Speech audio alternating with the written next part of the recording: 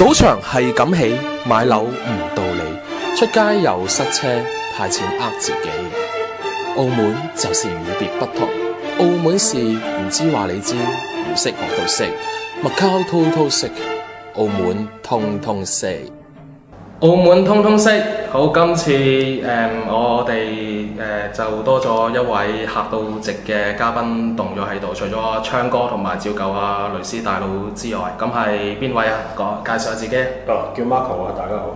係啊，Marco 啊，咁啊佢話自己過嚟做 CD Walk 喎，咁啊話學嘢喎，其實佢做玩網台節目早過我哋咯，唔知點解要。冇錯啦，我哋學嘢嘅宗師級嘅人物咧，今日嚟咧去做指教、旁聽啊，有咩唔啱咧就即刻隨後指點，啊咩都得嘅。係啊，我只個好普通嘅網台聽眾嘅啫。真係太謙啦！真係太謙啦！喂，唔好講呢啲嘢住啦。我哋近來澳門都發生咗唔少嘅事喎，不過好似大陸大鑊啲。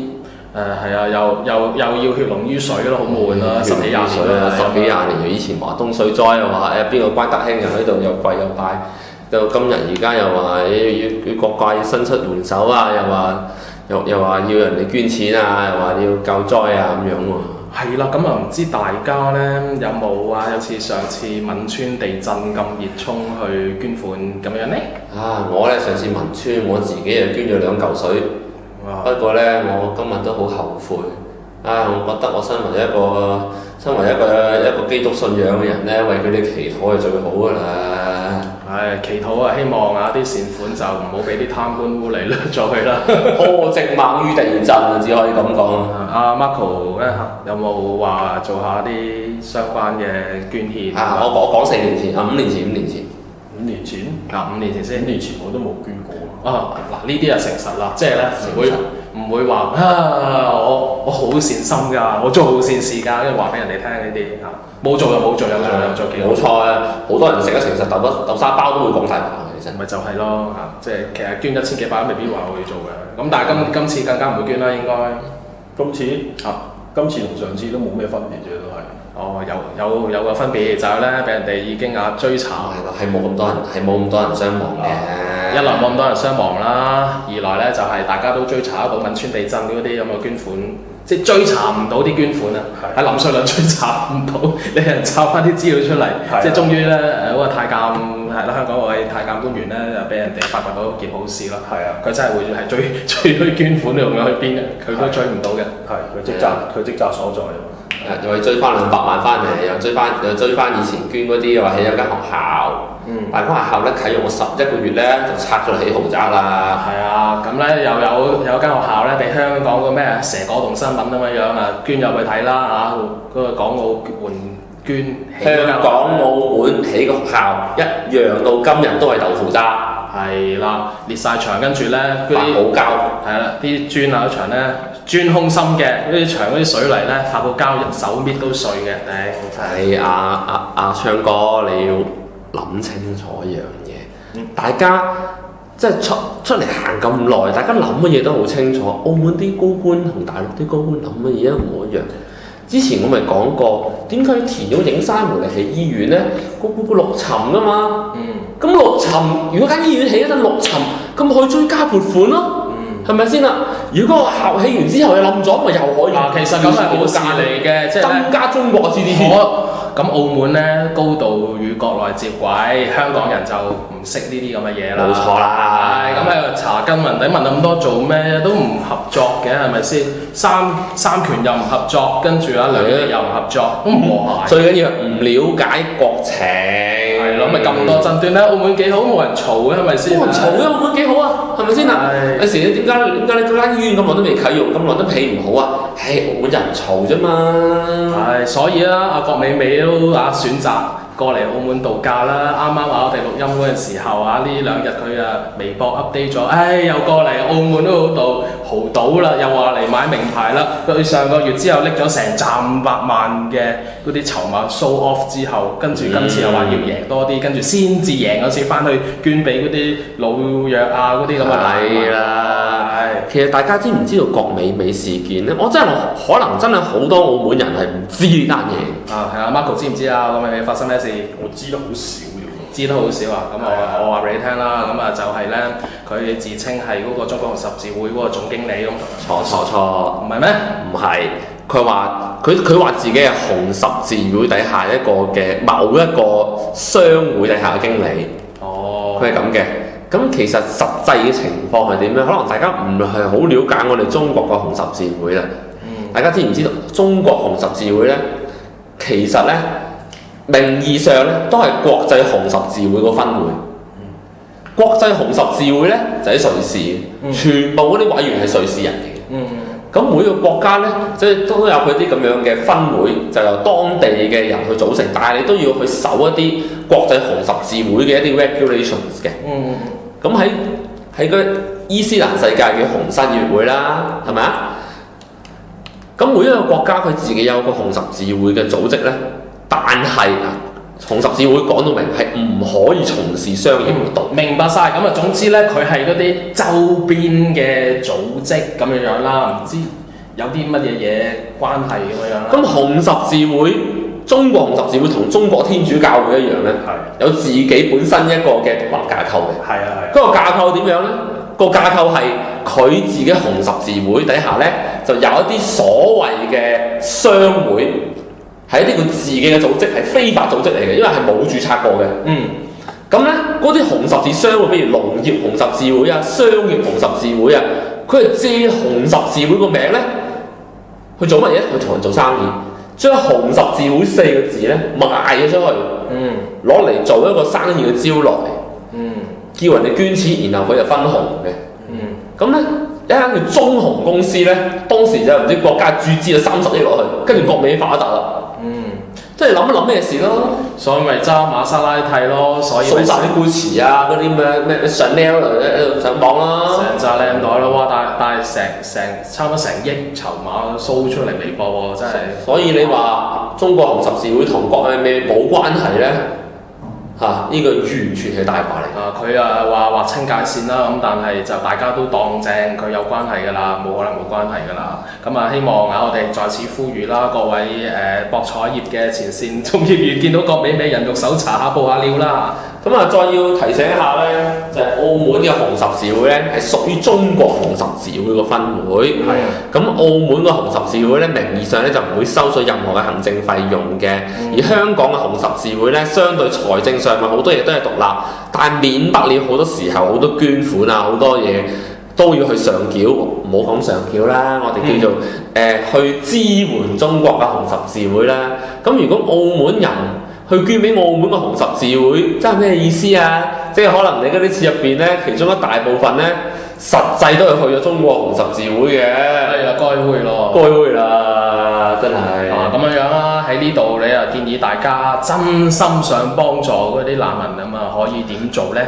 咁不如昌哥你自己講翻啦。嗱，我爆完衰嘢啦，梗係揾個人。即係揾我講上網㗎啦。其實咧嗰啲國際嘅民間組織啊，國際嘅 NGO 組織啊，其實會比較有啲信譽，因為佢至少都係長年喺唔同地區、唔同國家真係直接咁去幫啲災民戶，佢哋比較有經驗啦。其實唔係我講嘅，即係資深嘅港澳記者都係咁講，呂秉權就係咁講，阿林建成就係咁講嚇。佢哋即係公開都係話一個仙都唔會捐。呢啲咧，呢一啲咧就依度講就算啦。不過咧，我仲有少少啲要爆嘅。當年四川汶川大地震，其實有好多國際嘅 NGO 係真係去咗四川，但係佢哋本身好多嘅錢就係俾中國紅十字會沒收咗。哇！因為共產黨嘅意思好簡單，我總要俾你領工。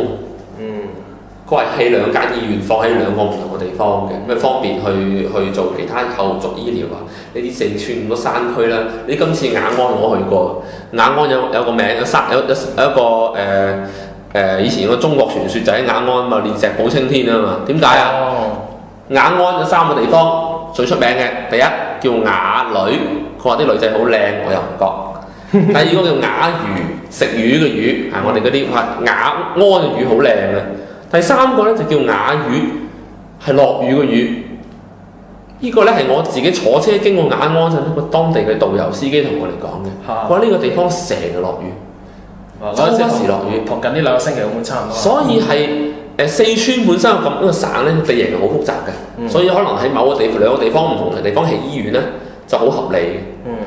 咁唔得，中紅十字會咧就其中就當時咧就有一個真正喺紅十字會做過嘅人講翻我聽下，佢攞咗某一個機構唔講咩名啦，費事害佢啦，攞咗一筆錢，然後話得啦，你哋就得㗎啦，跟住起咗間大嘅醫院。哇！大生意啊！大生意啊！即係本身就係一個咁樣嘅生意組織嚟嘅啫嘛，佢為咗嘅係佢自己嘅商業利益係行先嘅，所以有時你捐俾啲國際 NGO，而呢啲錢用喺中國咧，其實都係好誠意，都係一句講晒咧，中國係唔缺錢，係缺制度啫嘛。咁啊係，佢講到明又唔接受啊其他國家嘅捐助落嚟，而家叻到咁樣啦，由佢捐俾人，唔使人捐俾佢啦，唉！連啲西方國家都要問佢哋借錢。咁四川啲路咁窄啊，你捐物資去啊，啲人話捐物資喎，咪唔係捐錢咯，捐物資，你知唔知啲物資捐好多時運唔到災區，俾人去倒賣嘅。即係咁，除咗祈禱之外，真係冇咩做㗎啦喎。真係冇乜做嘅，你唔好話。嗱，咁另外咧，呢次地震咧都仲有好多趣事嘅，咁啊有一張圖咧俾網民咧就人肉搜尋係啦，俾佢 search 到原來呢位叫做阿彪哥嘅人物咧係毛彪哥，阿彪哥有個名叫楊達才，當時佢帶隻5萬蚊嘅雷達標出嚟已經俾人話啦。咁咧呢位彪哥咧就係當地有一個姓范嘅，我唔好講名啦嚇。一個姓范嘅就係當地災區蘆山縣嘅縣委書記，咁佢曾經咧就上網俾人挖到咧，佢自己一個左手上面戴緊隻價值人民幣21萬嘅江詩丹頓。姜絲丹頓係啊，真係江山書盡啊！呢啲唔係江詩丹頓。咁呢隻江詩丹頓咧，今日咧唔見咗，佢唔見得好特殊嘅噃。有個印喺度喎。當阿副總理李克強去災區巡視阿李克強又冇着呢個花蘭袖，好得意嚇，唔係好似温家寶咁樣。咁啊同阿温家寶去巡視咧，咁啊呢位縣長呢位咁嘅縣委書記企咗喺隔離，即係可能佢太陽勁啦，咁啊曬黑咗。唯獨是就係冇咗，就係多咗個標印，白雪雪嘅。呢單嘢我哋觸發好多網友人肉搜尋。喺呢個四川地震入邊，阿范書記佢唔見咗隻錶，哇！真係我哋諗翻呢單嘢，我哋真係捐啲錢過去，究竟佢攞嚟做乜嘢？我都更加成為疑問。多難興邦啊嘛！多難興邦啊！之前有國才啊！溫影帝講啊，咁你要有啲演出嘅機會噶嘛？冇錯啦，咁咧即係可能咧，大家咧。下一次咪送隻膠錶俾佢咯，即係下一次有同樣嘅事件，喂揾啲嘢遮佢啦，我幾張相俾人影到個錶印，陰公。咁啊，其實佢又唔好彩，因為佢平時曬得多，帶住隻錶嚇，人哋勤於工作四圍去考察先有印嘅啫，唔好理啦。嗱，另外咁阿 Marco 咧會唔會話都有留意翻呢方面地震啲新聞有冇啲趣事咁樣分享下？趣事啊！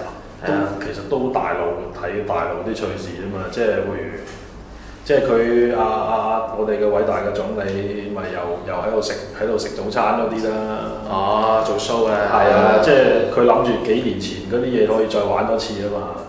佢當啲人傻㗎。係啊，跟住又影下嗰啲軍警定武警咧，話自己搶救咗唔知30幾個鐘頭，就成班人喺度瞓晒覺。但係啲人質疑，咦點解搶救咗30幾個鐘頭筋疲力盡，啲衫仲咁光鮮嘅？